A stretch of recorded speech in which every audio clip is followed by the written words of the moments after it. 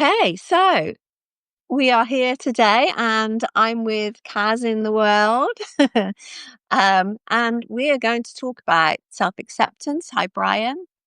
Yeah, so self acceptance is something that I struggled with, like a lot of Mhm. confidence issues. Hi, Kalpana. Um, yeah, I for a long time, and I've told this story before that my father always expected me to get. He was trying. I can see now he was trying to motivate me. Okay, so he wanted me to do well. But for my dad, there was no such thing as second place. Second place was the first loser. You had to be first in Mm. everything. If I got 99%, he'd say, "What about the 1%? What did you do wrong? Let's go over it. I'll help you." Like, and I'm like, "Well, can you not accept that I passed?" With flying colors. Yeah. Exactly, Yeah. exactly. Um, Well, yeah, what we were saying off camera before we went live. Thank you so much for having me here. oh, thank you for I've being I've here. I've really been looking forward to it because the topic, as for you, means so much to me. I said, self love is self acceptance, and so many of us, including myself, have struggled with self love, so we can't accept ourselves. And like you, I had a critical father. If I had an A minus, why didn't you get an A plus? Because I was in entertainment for so long, I would have great roles in shows. Why didn't you get a bigger role? Or if I Mm. did, yeah, that was fine. And yeah, so we're kind of brought up to be self-critical. But then, as I said in a previous video, I release a lot of shorts that I release. I said I've stopped playing the blame game, and I just take responsibility for myself, my actions, my feelings, my self-love, my self-acceptance, my self-worth. Yes. But I had to take the bull by the horns. I really, Yes. really, really did. Because in entertainment, it's always the audience gives and gives and gives and gives to you by applause and laughter Mm. and everything. And you need to be able to applaud yourself. Yeah. And I think, do you think with a lot of entertainers, you're because you're playing a role and you're getting that applause, but you are hiding behind those roles, aren't you? You have no opportunity to show your real self apart from the people that know you well. And of course, the more famous you get, the more people want to know you for your fame, not for you. They just want to be seen with you and can throw your name about. It's fame by association. Yeah, You yeah. know, yeah, I can speak for myself, and I can speak for other people I've known in entertainment. We're all pretty insecure. We've all had major insecurities, and I worked for decades and did well. I'm not famous by any stretch of the imagination, but I did well. I was a constant working performer, Mm, but I don't think I knew myself really, mm, and B, every role is a mask. I collected masks for years because I was constantly wearing a mask. And I felt comfortable behind the mask. I did not feel comfortable letting myself be myself, as big or as enthusiastic or full of energy as I am and I always was, because I didn't want to be personally judged. mm. Oh, you're too much. You're too this. You're too big. You're too happy. You're too broad. You're you're always doing things and discovering and reading and learning, and can't you just be happy with how you are? Well, that helped me become happy for who I am. And I'm the only one responsible for my happiness. No one or nothing can make me happy. It can please me. It can make me glad. I can be appreciative. But as they say, I don't know who they are, but I've heard happiness is an inside job. Yes, definitely. Yeah, yeah, yeah. Because I had no idea who I was for a long time, I kind of almost went along with the flow, like whatever anybody asked of me, that's what I did. I didn't operate as my own self for a long time. It was only like struggling through 3 toxic relationships, coming out the other side, and then making a decision, like after I'd been physically, mentally, spiritually abused, emotionally abused, um, in different ways from different partners. And I thought, do I want to go down this road again? Do I want to stay on this same road? Because I'm not going to live through it. I'd already thought of killing myself. So I'm not going to get through Um, this unless I change. I have to do something. And I think something kicked me up the arse that day. I think, my guiding spirit said, look, just stop it now. You've learned all you need to learn. Now get out in the world and help other people, but you've got to pick yourself up first. And I didn't know where to start. And I actually started slipping back. I made that commitment to myself.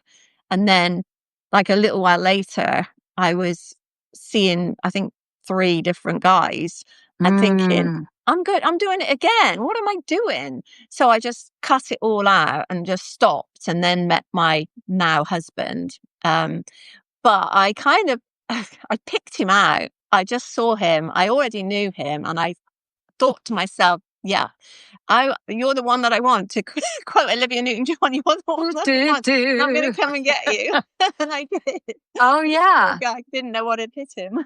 Well, you were saying before we came on how we have some in our lives, we have some parallels, and it's true. And I was attracting because of what and I talk a lot about the law of radiation before the law of attraction, what you have to radiate first before you can attract. And I was attracting because of what I was radiating, um, relationships that weren't working for me. And a lot, I was with men who were younger than me. My current husband is older than me, and he's an absolute gem. But we if we're not truly available, and I will have these conversations with my dearest girlfriends. Is um, you're attracting these men who are really not available. So have you really had to think about that? That are you really truly available? Is your criteria so long in your relationships that he doesn't really exist except in your mind? Mm, So who you're attracting is, they're not really available. mm, They're either looking for a booty call or they're on the rebound from someone they were crazy in love with, and on and on and on. So I've thought about that a lot. And um, after my husband, as I say, my husband, before my current husband, I took a long break. I did not date. It was just me and my son, and he was young. And I said, I am going to get to know who the hell I am, mm, and I need to take care of this precious, amazing young person. And I can't be there for him and be a good example for him when I don't know who I am. And that started, and I'd been studying meditation for a really long time because I was in entertainment and I was swamped and overwhelmed and I was going through a divorce. And my friend dragged me into a meditation class, and the rest is history. mm. But yeah, I took a long, I never wanted to get married again. And I guess the whole never say never. And my husband said, he was one and done. But the universe works in the ways the universe works. And I'm, 13 years into a very, very happy relationship. But Yeah. I became available and open to it because I did the work. Yeah. Yeah. Yeah. When I was with my last husband, so I'm only on my second marriage. The other 2 relationships were relationships, but not marriage. But my husband, my ex-husband, wanted children. Um, Mhm. and I had 2 ectopic pregnancies, so I Oh, lost 2. But I think that was a blessing. Didn't seem like it at the time, but I think it was a blessing because I don't think I was meant to have children with that person, because Mm, what sort of life would they have had? And I wanted to be away from him, and I've not seen him. I don't know where he is in the world. He could be anywhere. I don't mm, really don't care. Um, but so I then made a decision that I don't want children. I'm not going to have children. And I had problems anyway. And so they mm, recommended I was sterilized. So that's what I do. I got myself sterilized.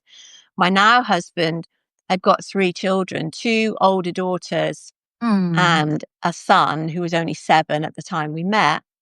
And my husband had went through a bad marriage. He had a breakdown. It was horrible. So this is how we got together, because we both supported each other. But his son, Scott, who was only 7 at the time, when Scott was 10, after 3 years of his mum saying, yes, you can see your dad, no, you can't see your dad, and us going back to court to get access again, when he was 10, he said, Mum, I don't want to live with you anymore. I'm going to go and live with Dad and Sue. And he walked out and he never went back. And he's never spoken to his mum since. Oh, Had nothing to do with her. He's got a little boy of his own now. oh my gosh. She's never seen him. He's never seen him. He doesn't want her to, because that's what you do when you hold your child as a pawn in a game. Hostage. Yeah, where I live in the state of Florida, which is a very interesting state to say the least, with lovely weather. A woman that I know, she went through a very contentious divorce, and the husband perpetrated parental alienation with their children to the mother. Mm, So she worked tirelessly through the local government, the Senate, etc.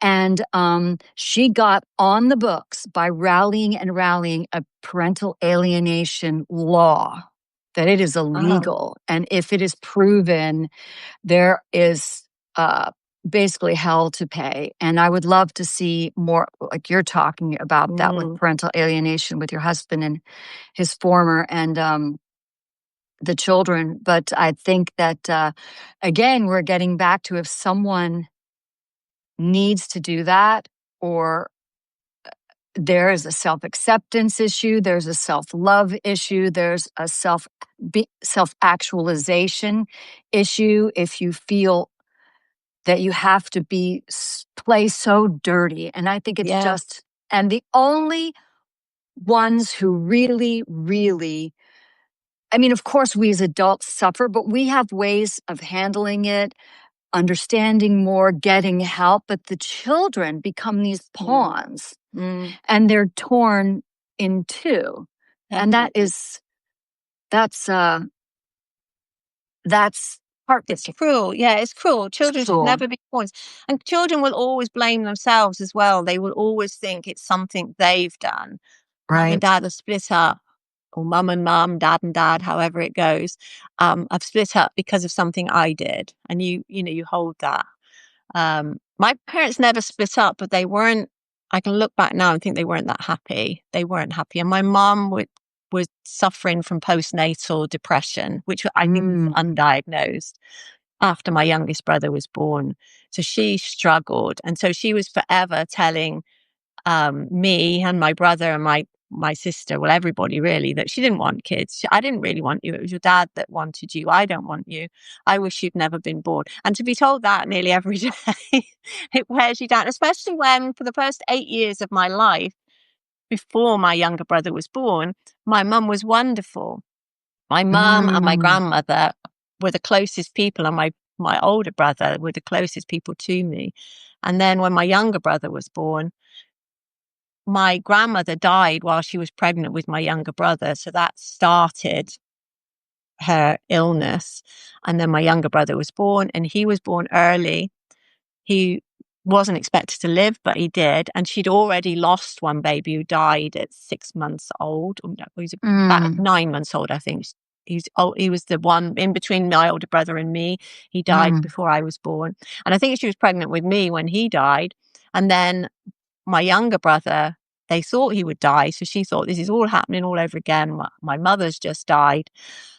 And that just sent her spiraling into a depression. And after that, my mum and my dad never got on very well. There was no like big arguments, but you could hear them at night talking to each other. Mm. I used to sit at the top of the stairs listening, and it wasn't. My mum accused my dad of having an affair. Whether he did or not, I'll never know. But yeah, so it was tough. And I just thought, well, no one loves me, and I thought it must be me. I'm not worth loving. I'm just not worth loving. And that whole intergenerational thing, I know my parents weren't very forthcoming about talking about their past, their upbringing, and my grandparents weren't. I had great grandparents because everyone had children at a very young age, and I started as I got older to see, and then my mother revealed a little bit more, and my dad revealed a little bit more, and as time went on, I discovered from other people more information, but my parents came from uh, negative situations where my grandmother did not raise my dad. My great grandmother raised my dad, and anything goes. Anything he did was okay with her, and he was a party boy. He stayed out late at night all night, and she was okay with it.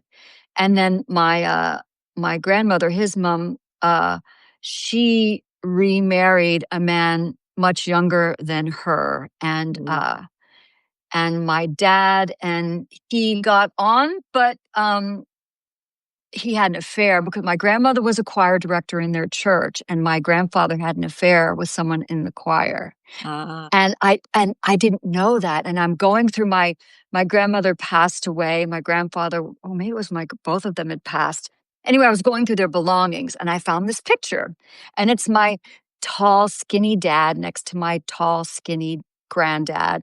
And they both have really sour looks on their faces. And my dad has a really like angry look on his face. I said, what is going on here? And he goes, well, I found out that he was having an affair.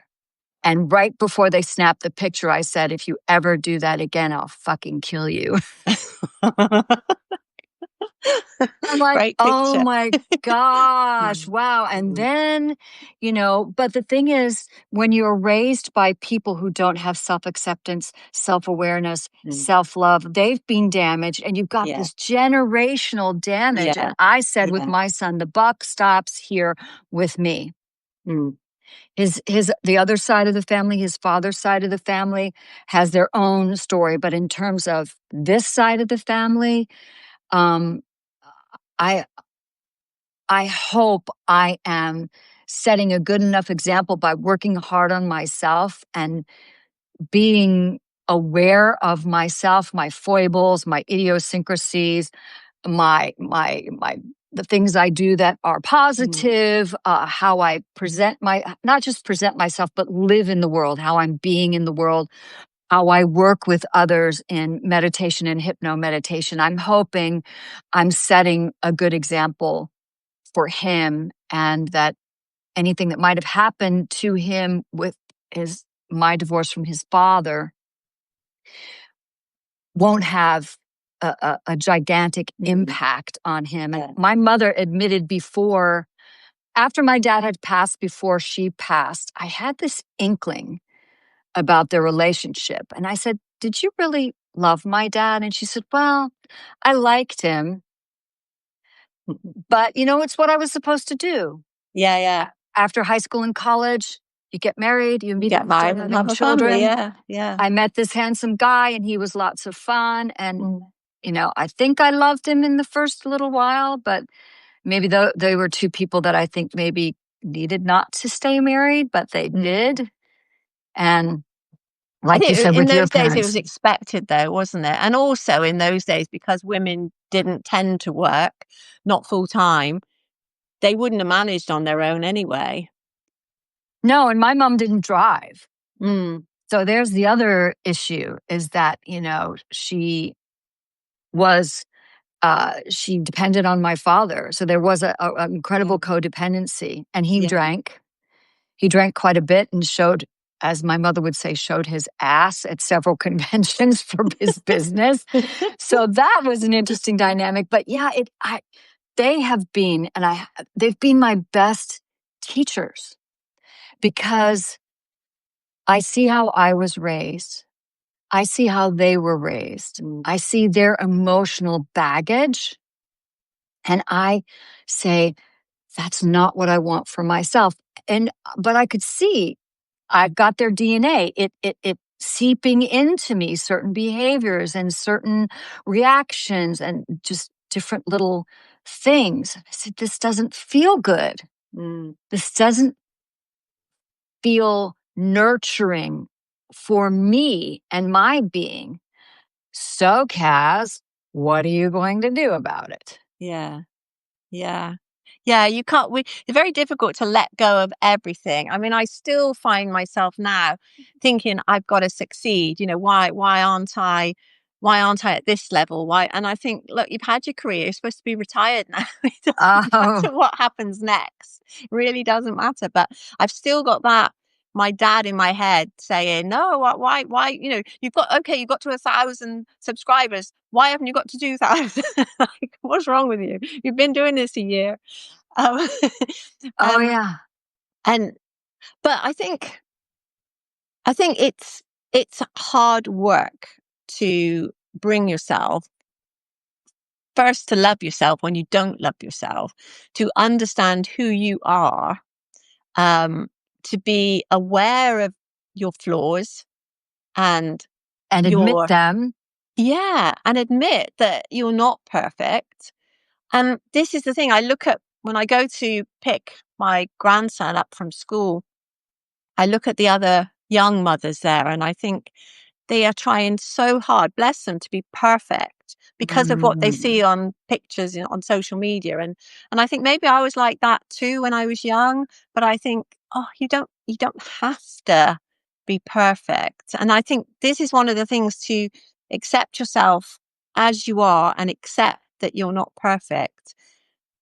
And then what are you going to do about that? It doesn't mean accepting yourself doesn't mean, okay, this is me and I'm going to stay like this. And I don't need to improve myself because I'm accepting myself as I am. No, you can still work on yourself. You can still keep moving forward, but you've got to understand where you're moving from. And that's where your gratitude comes in as well.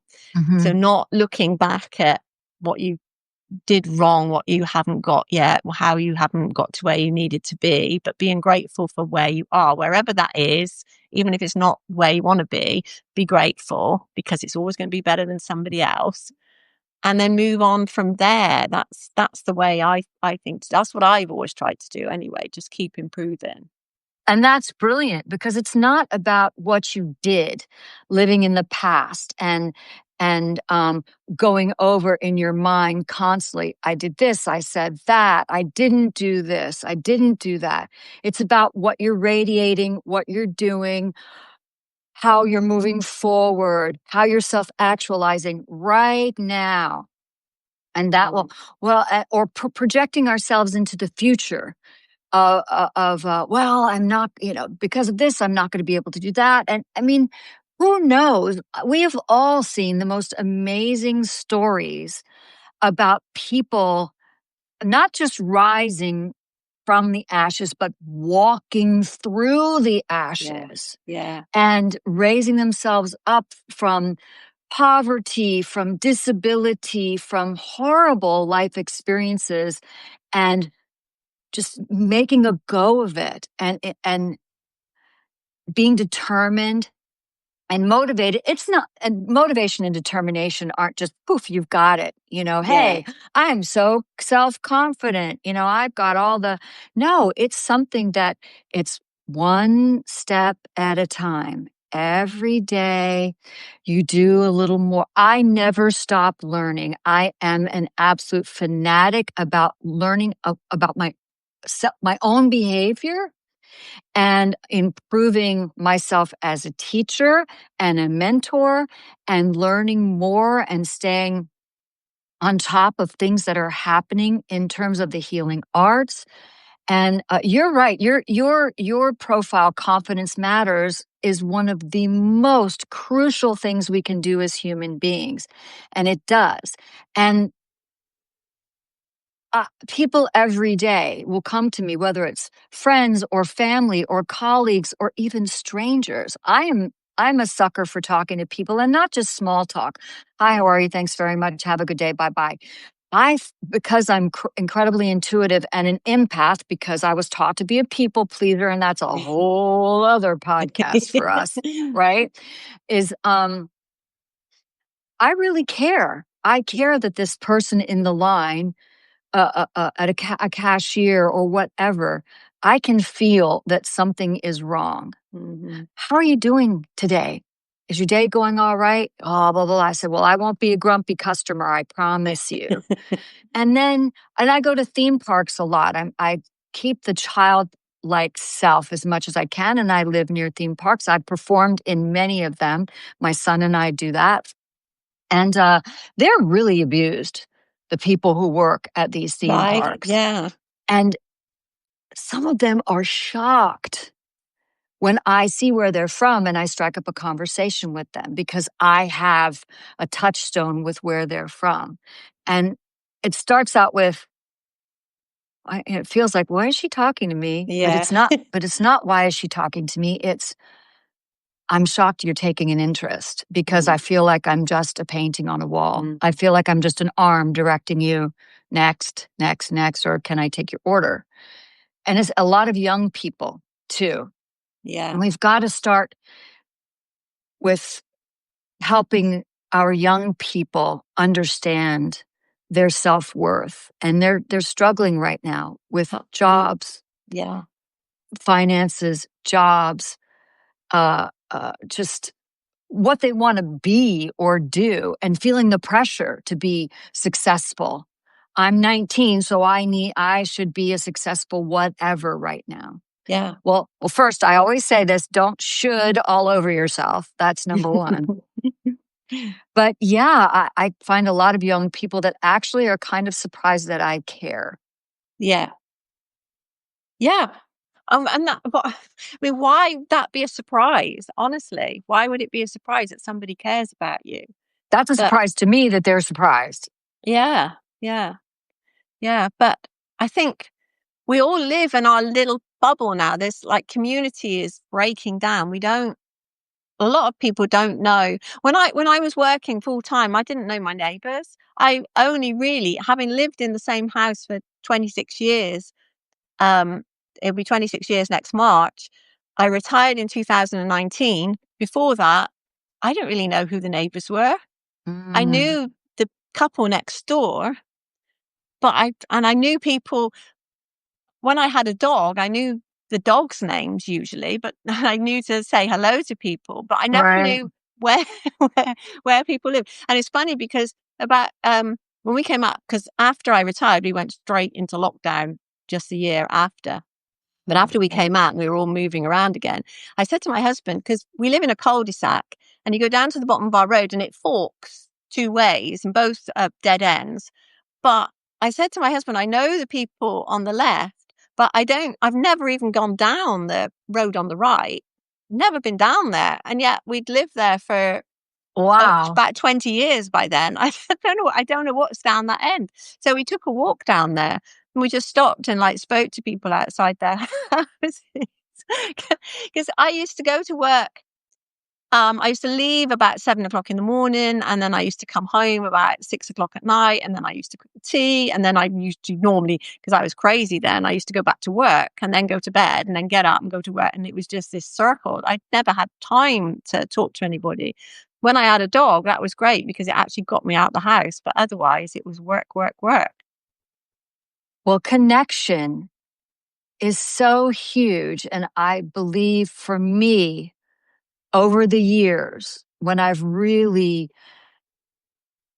allowed myself to accept myself completely and Yeah, acknowledge all of myself, what helped is making connections. Is and it's scary to connect with people, because if you fear judgment, you fear ridicule. I mean, social media, I left social media for 7 years and I came back and I was like, what is this? Because I started early on, and I don't recognize this at all. And I've only been back a little while, and I'm still really getting my feet wet, because most of the social medias I was on, I'm not on anymore. I'm only No. on Instagram, YouTube, and Substack, Mm. because I've been a published writer since I was a teenager. Having been on, in entertainment, I love connecting with people like this, Yeah. But I still have not figured out Instagram at all. And you know what? I've let that go. I had to let that go. And Yeah. it's helped me be accepting of my boundaries, but also my strengths, Mm. my weaknesses, and where I feel, as I say, in the pocket.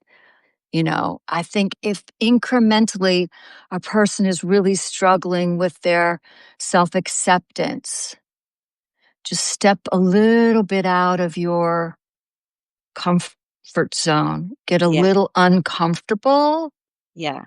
in your comfort zone. And I can say I'm amazed myself, and I didn't think that was possible. I really didn't. But Yeah.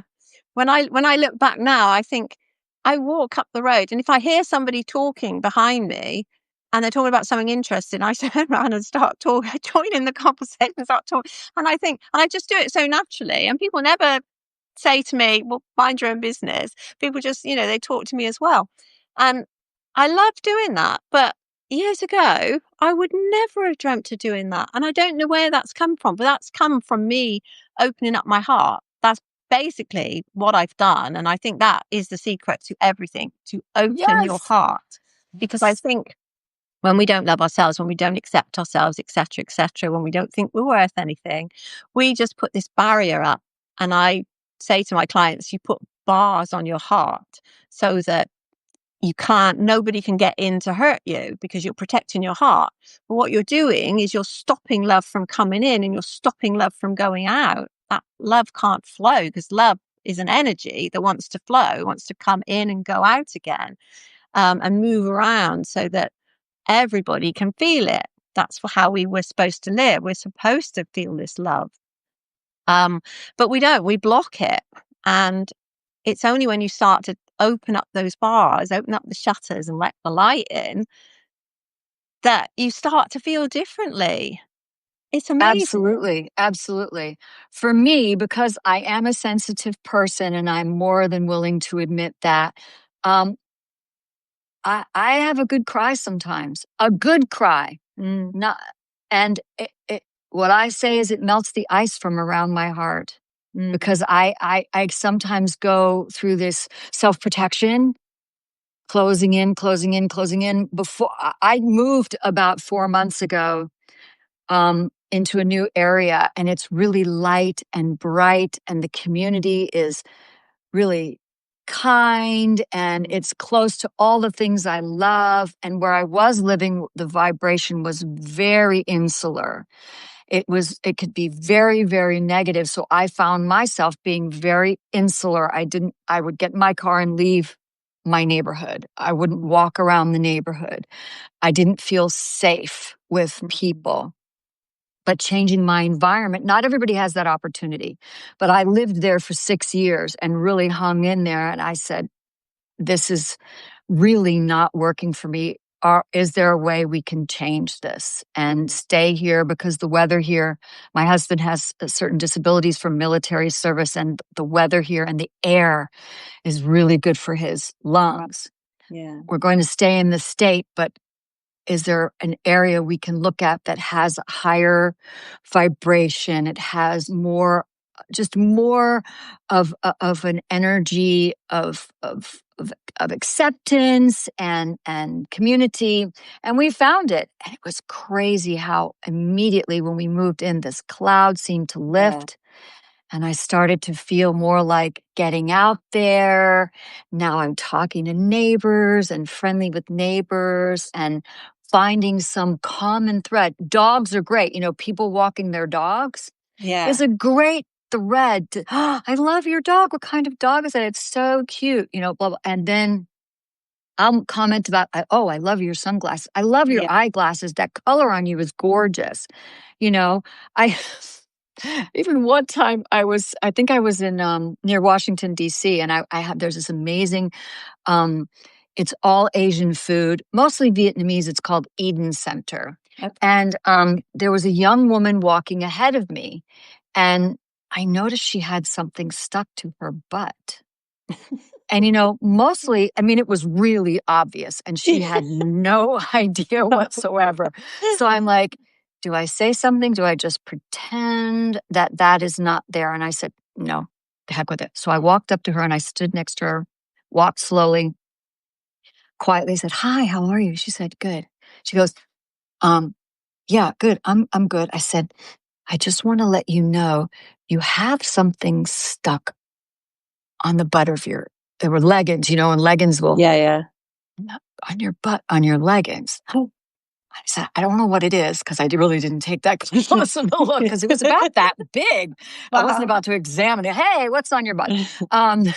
But it, I thought at first it was the stick from a lollipop, but she Mm. reached around and she grabbed it, and it was like uh, a mascara wand. Oh. And she looked at it, and I'm walking with her, and she goes, "Oh my gosh, thank you so much." And I said, "Isn't that fun that we just met?" She goes, "Yeah, I will never forget you." She goes, I said, "Yeah, so we just bonded over something stuck to your butt." Yeah. And I'm not afraid to do those kinds of Mm. things. And 99.99 times out of 100, it works out beautifully. And that Yeah. point one that doesn't, it was certainly, I don't feel it was about me. Mm. And that's No. another subject with self acceptance. Yeah. So much Yeah. is not about us. Yeah. No, people like to connect. They're just like you say, they're surprised when you do because we've gotten out the habit, but people do love to talk. If you give them the chance. Now, yes, they do love to talk. And when you're like us and you have very open hearts, Mm.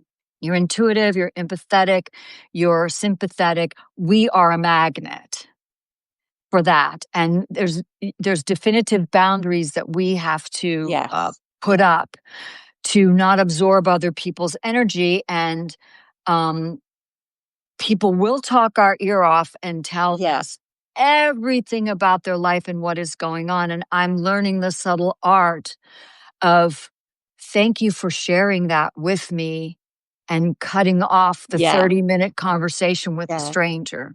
Yeah. I've Yeah, accepted that. I always remember a manager I used to work with, when I was in banking, and when he was interviewing a client, if the client kept talking and talking and talking, if he wanted to end it, he always had the file open because there was no computers in those days. It was all written down in files. So he had the file open, and then, he would just shut the file and say, "Right then." And then that signaled to the person, "This meeting's over." And it's very, I mean, it wasn't like, "Right then, get out." It was just shut it and then just go, "Right then. Is there anything else?" And then if you go, "Oh, Well, no, the no." English have wonderful ways of being incredibly polite but cutting things off. I mean, Yeah, that's yeah. that's you have a lot of good phrase. I mean, my family is all from England, and I'm Okay. I'm half Canadian, but yeah, Right. yeah, I love that. I'm gonna. But what people used to say to me is, "Well, I got to let you go," and that would Yeah, be they yeah. really wanted to go, but they were afraid to say, "I really need to go." I want somebody to say, "This has been great, but I really have to get going," instead of, Mm. "Well, I guess I better let you go." No, we're still No, talking. I'm happy. I'll stay. I'm I'm settled in. I've got my tea. I haven't La told di you the rest da. of my life story yet. Sit back down. Well, we haven't had this amazing dialogue that seemed like it could go on forever. But and people do need to go. They've got Yeah, other yeah, appointments. They have work. They have family. They have pets. They have a life. Just yeah. say, "Hey, I've got to get going." And I do not take offense at that at all. I know people who have. That okay, but that's not again, not about me, not about you. It's about the other person. Yeah. Thanks so much. This has been great, but I really need to get running. Mm, yeah. So if anybody's listening then and they think, actually, I struggle, I don't have any self-confidence, I don't love myself, I'm not self-aware, where should they start? Oh boy.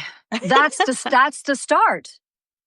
That Yeah. is So just to realize absolutely that the actually is start the that you start. I mean, literally, that is 50%. Any realization, any awareness, any aha moment, Mm, any kind of transition in your thinking that I have to start X, Y, or Z, right? mm, Um, that's bravo, brava. I yeah. applaud you 1,000,000% because that is such a huge part of the journey. And then how you would like to go about it and go out there and research. Speak with Sue. She's got, lots of tools for helping you with your confidence. I have from decades of experience as a Mm. practitioner, as a student, and now as a teacher and a mentor in the healing arts meditation, and I am going to be doing hypno meditation, which is an incredible combination of meditation and Wow, hypnosis. I'd be interested in that. I Yeah. mean, I studied hypnotherapy and I love meditation. So yeah, I would be interested in that. Well, I'm just finishing up all of my certifications because I'm not a Okay. person who will take a couple of classes and say, yep, got it. I Yeah. want to be certified Yeah. in what I'm doing and have the real background in it. But yes, that will probably become the focus of all of my teaching is hypno meditation. Nobody's doing it. I had one teacher that I traded Reiki for hypno meditation, but he basically created it on his own, and that's what I'm having to do. And I'm super excited about it because it is the best of both worlds of meditation and Yeah. hypnosis, and I love both of those modalities with all my heart. So Yes. yeah, you'll have to help me beta test it. I will let you know. Yes, definitely. Yes, definitely. I'm Definitely. happy to get, and I'm happy to I have a few people that have said, "Oh, I want to help you uh, move forward in this because then I want to come to you and do this." But you even talked to me about some because I told you I was dealing with a friend who had Oh some yes, yeah. issues, and so I could pass on. And I would love to read what your other work. I've been really deep diving into you because I've just Oh, found what you do and our dialogue together, just our messaging each other. You're just so accessible. thank you. And that's what I love. And accessible people with gifts and talents find other accessible people with gifts and talents. And that's what Yes. my may I do a little shameless plug? Of course. And then I'll do mine. So you carry on. Yes. So that's my live podcast that I do every Monday at 4 Yeah. p.m. Eastern time with John Ronaldo, the Positive Pen, and Kaz in the World. We address important topics that are either not getting enough airtime Mhm. or are uh, really coming into the fore and need to have a light shined onto them. But I also bring, you can tell I'm pretty out there. I've got a lot of energy and I try to bring some levity to because I find that when you're really dealing with things that are extremely sensitive, heavy, that a little levity to break it up does not hurt at all. So yeah, and we are going to have you on the show. I'm so Yes. Yeah. I excited look forward to that. to do Yes. that because you will bring so much too. But yeah, we've got that show, and then I've got my brain hug meditation book Ooh, okay. that has been and just yeah, I love being here. Substack feels like home to me. It's so It's really supportive. good, isn't it? Yeah, I mean, I like this platform. I've centered everything into Substack now. All the other platforms bore me. I don't know what to do on Instagram. Like you, I never figured it out. I think it's for young people. LinkedIn, I just find that I'm sorry, but boring now. just If doesn't it works for excite other me at people, that's great. all. I know people who love Yeah, all of those platforms yeah, and have gone viral. yeah. That's not my And they've mine. done well, so good luck Yeah, to them, but it's just absolutely. not for me, but Substack is. But I just wanted to say, and I'm gonna do a live, my own solo live on this next week anyway, Oh, good. but I've changed my paid tier to open up, a circle. So the circle of confidence, I've called it. So it's connection, it's meeting 3 times a month, talking about what we're struggling with, what breakthroughs we've had, just slowly, slowly moving forward. Just little things like this, like, what have you noticed about yourself this month? If you want to come and not speak at all, that's absolutely fine. But yeah, I'd love people to join because um, it's not it's not building a paid tier. It's giving more to the people that already read my stuff. It's just that going that step further. It's So an I would exchange, and love people to join. Sorry. everything is an exchange. Everything is Yes. an exchange, and in exchange for your your the beauty of what you teach and how important it is, monetary Yeah. compensation is a good exchange for your Well, it's talent. it's kind of a mid ground because I really want to help people. I love helping people, but there's only so much you can write about. And your writing is quite generic. It's not helping people on a personal basis. So I have my coaching practice, my one-to-one coaching. I do NLP, I do hypnotherapy as well. But that can be expensive for people. Not everybody can Very, afford those prices. So very. this is kind of a mid ground just to up to a paid tier and meet 3 times a month. And I can help you so much. So yeah, please join. Yeah, that's brilliant too. One-on-one is so important, but having the opportunity to do group work, and Yeah, that's what I'm hoping too with my hypno meditation is one-on-one, group, and you can do share, you know, yeah. yeah, I'm excited for you to Thank roll you. this And out. me for you. This is good. Thank This is you. bringing Substack to a whole new level now. Well, I'm just getting started. I've only been here a few months, and it takes a little while to establish and let people know that you're there and what you Yeah, do. yeah, And the fact that you said, oh, I took it as a quote, I'm full of life and energy, which so many people have said to yeah, me. And I said, may I use that as a quote? Because yeah. you nailed Just me. radiates. You do And radiate out of the screen. You do. And that's thank because you. of the energy work you've done, I'm sure. Yeah, yeah. Yes, I accept that. Self-acceptance, I accept that for myself, and Good. people need to accept things like that for themselves too from other people. Mm. People, oh, no, no, no, that's not me. I'm not, and I had someone call me on the carpet when I said, they would say, oh, you did such a great job, or this is really working. I go, oh, it's fine, it's fine. No, own up to it, accept it. Yes, Yeah, I'm so pleased you got something from it, and thank you. I'm glad anything I'm doing is resonating with you. definitely, definitely.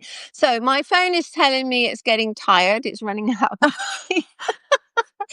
So This has been I've got to let you go now.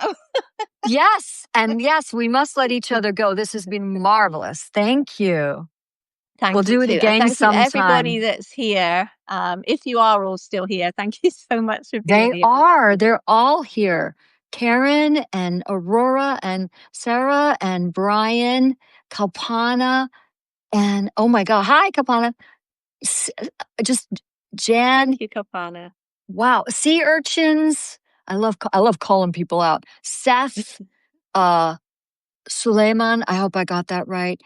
Amina, Collins, Monica, Paul, Mary, Phyllis, Vedic Soul. Yeah, wow. Great. Brilliant. Okay. And the replay will go up shortly for anybody that came in late or is watching the replay. It'll be up shortly. So thank you so much for being here. Mwah. And yeah, I will say good night. Bye, Take everybody. care. Good night. Bye. Be well.